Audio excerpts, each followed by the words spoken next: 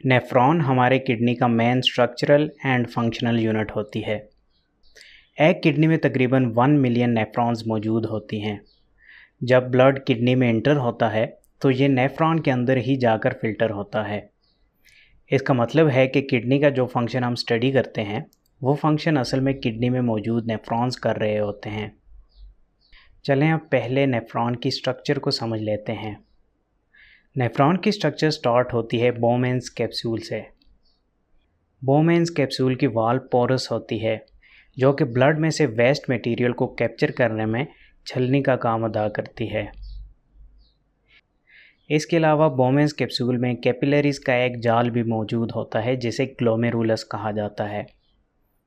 Glomerulus में जिस blood vessel से ब्लड एंटर करता है उसे एफरेंट आर्टरियोल कहा जाता है और जिस वेसल से ब्लड लीव करता है उसे एफरेंट आर्टरियोल कहा जाता है। बोमेन्स कैप्सूल और ग्लोमेरुलस दोनों स्ट्रक्चर्स को मिलाकर रीनल कॉर्पसल कहा जाता है। रीनल कॉर्पसल से नीचे नेफ्रॉन का ट्यूब्यूलर सिस्टम स्टार्ट होता है जिसे रीनल ट्यूब्यूल्स कहा जाता है। रीनल ट्यूब्यूल को फिर 4 पार्ट्स में डिवाइड किया जाता है। पहला पार्ट बोमेन्स कैप्सूल से स्टार्ट होकर रीनल कॉर्टेक्स रीजन तक ख़त्म हो जाता है। इस पार्ट को प्रॉक्सिमल कन्वोल्यूटेड ट्यूब्यूल कहा जाता है। रीनल कॉर्टेक्स किडनी का आउटर रीजन होता है जो आप यहाँ देख सकते हैं और किडनी का जो अंदर वाला डीप रीजन होता है उसे रीनल मेड्यूला कहा जाता है। किडनी की एनाटॉमी एंड फिजियोलॉजी पर मैंने वीडियो बना रखी है जिसका लिंक मैं डिस्क्रिप्शन में डाल दूंगा। चलें टॉपिक पर वापस आते हैं। प्रॉक्सिमल कन्वोल्यूटेड ट्यूब्यूल के बाद रीनल ट्यूब्यूल का सेकंड पार्ट स्टार्ट होता है। ये पार्ट यू शेप ट्यूब की तरह होता है जो किडनी के मेड्यूलरी रीजन में प्रेजेंट होता है। इस पार्ट को लूप ऑफ हेनले कहा जाता है।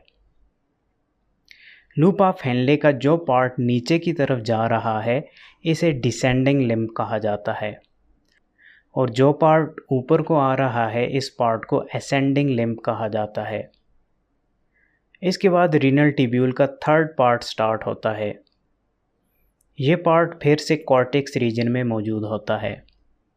इस पार्ट को डिस्टल कन्वोल्यूटेड ट्यूब्यूल कहा जाता है और फिर फोर्थ और लास्ट पार्ट को कलेक्टिंग डक्ट कहा जाता है। कलेक्टिंग डक्ट किडनी के कॉर्टेक्स रीजन से स्टार्ट होकर मेडुला और फिर कैलेक्स रीजन में जा गिरती है। कलेक्टिंग डक्ट बहुत सारी नेफ्रॉन्स की कॉमन होती है। चलें आप स्ट्रक्चर को समझने के बाद नेफ्रॉन के फंक्शन को समझते हैं। जैसा कि हमें पता है कि नेफ्रॉन का काम ब्लड को फिल्टर करना और वेस्ट मटेरियल को यूरिन में कन्वर्ट करना होता है। तो देख लेते हैं कि नेफ्रॉन ये फंक्शन कैसे परफॉर्म करते हैं। जब ब्लड एफरेंट आर्टरियोल से ग्लोमेरुलस में इंटर होता है तो ग्लोमेरुलस में ब्लड का प्रेशर बहुत हाई हो जाता है।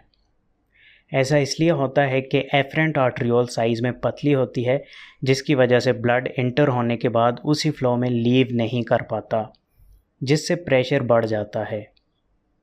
इस प्रेशर के इंक्रीज़ होने का फ़ायदा ये होता है कि ब्लड से वेस्ट मटेरियल और कुछ एसेंशियल न्यूट्रिएंट्स वगैरह भी कैपिलरीज से निकलकर बोमेन्स कैप्सूल के ल्यूमेन में चले जाते हैं। इस प्रोसेस को अल्ट्रा फिल्ट्रेशन कहा जाता है और इसके नतीजे में नेफ्रॉन में जो फ्लूइड इकट्ठा होता है उसे फिल्ट्रेट कहा जाता है।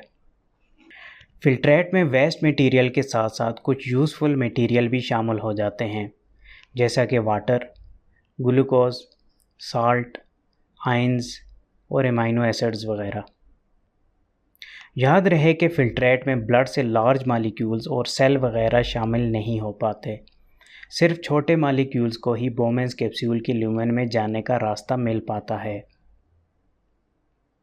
अब जैसे जैसे फिल्ट्रेट नेफ्रॉन में आगे ट्रेवल करता है वैसे वैसे इसमें से एसेंशियल सब्सटेंसेस को दोबारा से ब्लड में रीअब्जॉर्ब कर लिया जाता है जैसा कि ग्लूकोज, एमाइनो एसिड, वाटर और साल्ट वगैरह को प्रॉक्सिमल कन्वोल्यूटेड ट्यूब्यूल से ही रीअब्जॉर्ब कर लिया जाता है। यानी तकरीबन 65% फिल्ट्रेट प्रॉक्सिमल कन्वोल्यूटेड ट्यूब्यूल से ही रीएब्जॉर्ब कर लिया जाता है। इसके बाद कुछ वाटर लूप ऑफ हेनले की डिसेंडिंग लिम्ब से रीएब्जॉर्ब कर लिया जाता है और फिर साल्ट को असेंडिंग लिम्ब से रीएब्जॉर्ब कर लिया जाता है। इसके बाद डिस्टल कन्वोल्यूटेड ट्यूब्यूल से सोडियम और साथ में कुछ अमाउंट में वाटर को भी रीएब्जॉर्ब कर लिया जाता है और इस तरह करते करते फिल्ट्रेट कंसनट्रेट होता हुआ कलेक्टिंग डक्ट में चला जाता है। अगर बॉडी में पानी की कमी हो तो फिर हमारा pituitary gland ADH hormone secrete करता है।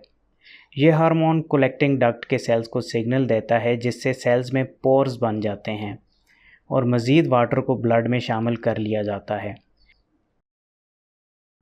लेकिन अगर पानी की अमाउंट बॉडी में पूरी हो तो फिर फिल्ट्रेट कलेक्टिंग डक्ट से ट्रेवल करता हुआ किडनी के कैलिक्स रीजन और फिर कैलिक्स रीजन से पेल्विस रीजन में जा गिरता है।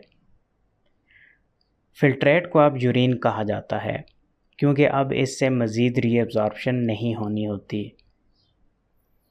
पेल्विस से यूरिन फिर यूरेटर में जाता है और यूरेटर से ब्लैडर में जाकर स्टोर हो जाता है। ब्लैडर से फिर ज़रूरत महसूस होने पर इसे बॉडी से बाहर निकाल दिया जाता है। होपफुली आपको वीडियो पसंद आई होगी। मिलते हैं नेक्स्ट वीडियो में, तब तक के लिए मुझे इजाज़त दें। शुक्रिया। अल्लाह हाफिज़।